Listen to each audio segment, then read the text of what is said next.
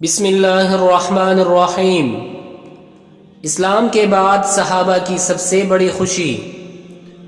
ایک دفعہ نبی کریم صلی اللہ علیہ وسلم کی خدمت میں ایک شخص حاضر ہوئے اور عرض کیا کہ یا رسول اللہ صلی اللہ علیہ وسلم، قیامت کب ہوگی؟ آپ نے اس سے پوچھا کہ تم نے اس کے لیے کیا تیاری کی ہے؟ ان صاحب نے عرض کیا کہ میں نے کچھ تیاری نہیں کی ہے مگر یہ کہ میں اللہ اور اس کے رسول سے محبت کرتا ہوں۔ آپ نے فرمایا، آدمی جنت میں اس کے ساتھ ہوگا جس سے محبت رکھے گا۔ حضرت انس بن مالک رضی اللہ عنہ اس حدیث کے راوی ہیں۔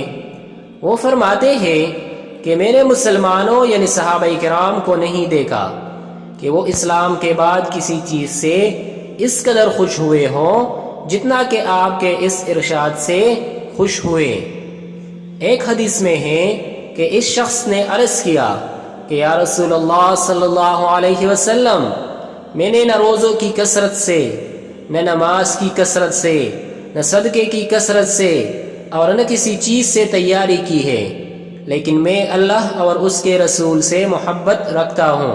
ابن حجر نے لکھا ہے کہ یہ صاحب جنہوں نے سوال کیا تھا انہوں نے ایک دفعہ اسلام لانے سے قبل مسجد میں پیشاب کر دیا تھا۔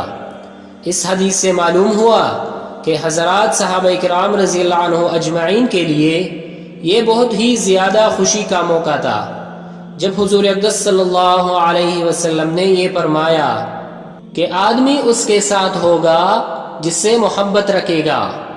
اسی طرح ہر مسلمان کے لیے یہ ارشاد خوشی کا پیغام ہے اور امید کی ایک کرن ہے، ورنہ ہمارے پاس کون سا ایسا عمل ہے کہ جنت کی تمنا و آرزو کر سکے؟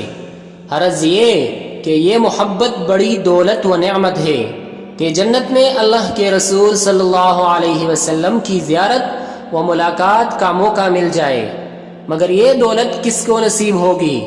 عشق و محبت میں جو سچا اور پکا ہو اس کو یہ دولت نصیب ہوگی۔